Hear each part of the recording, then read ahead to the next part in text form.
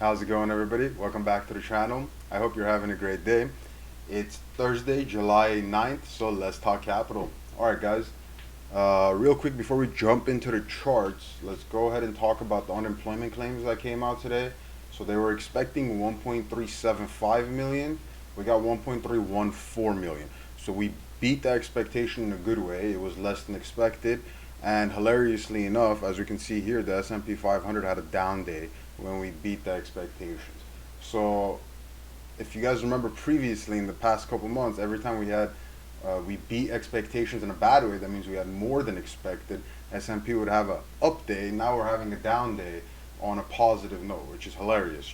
I just find that funny. But outside of that, no really big news coming out. Just the market just staying even. So we're gonna keep this video short. Not much to really talk about. I'm just gonna catch you guys up on the past 24 hours. Before I do that, make sure you hit that like button. Make sure you click that subscribe button and tick that notification bell so you can stay up to date with the best trading channel on YouTube.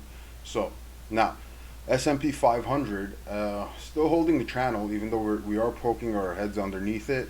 We're still holding that channel. We're still holding the horizontal resistance, bouncing off the daily 9 moving average here, and we're looking to move higher going into the rest of this week, which is just tomorrow.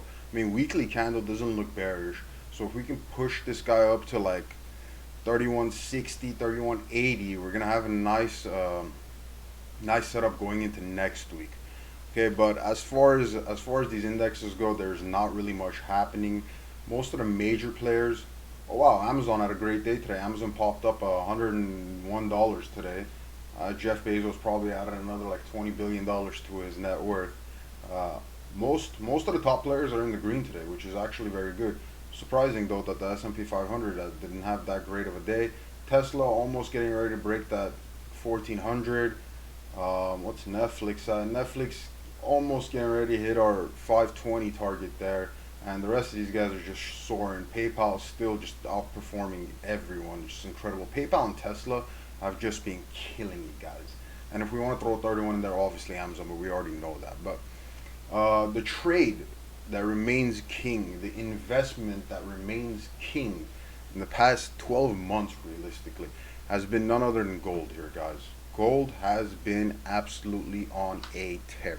No matter what we look at, the daily, the weekly, the monthly, 3 month, 6 month, 12 month. I mean, the higher you go on the time frames, the more higher ridiculous the bullish case for this gets.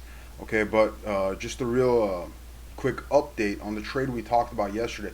We talked about gold poking its head up and then coming back down to retest. We didn't get a full retest, but I told you guys the range to watch is 1792 to 1797. We did get if we got our 4 hour candles here, we did get our head poked right to that 97 number, and basically this breakout was a level of support. So I ended up taking it. I took it at 90. I gotta go down to 1 hour. I took the trade right there at the top. So if we put a trend line right here, took it right there, basically right at 1797, and I put my stop loss right at the bottom of this thing, 1791. So underneath my range that I had mentioned to you guys. Now I'm already out of this trade. I didn't really have too much conviction in it, even though I did say I believe this will go up to 1825, 1828, and it looks like it's getting ready to. I just locked in profits and got out. You know, I want to play it safe here. I haven't really made a trade in a while. So I'm just getting our feet wet. Made some good money. Didn't want to really lose money on this trade, so just ended up pulling out at seven. Keep saying these 17s at exactly 1803.99. Okay, so we pulled out right there, about a $6 gain right there per lot. So we did good on that. And I mean, we didn't make $1 million, but we did good on that one. Now we're just waiting to see how this plays out going into the rest of today. I mean, the week ends for all these commodities tomorrow, so I'm not really expecting much action here. But however, if overnight gold does take out this 1715, I mean 1815 level, I will get in on a long again all the way up to 1828. But that's it. After that, I'm out.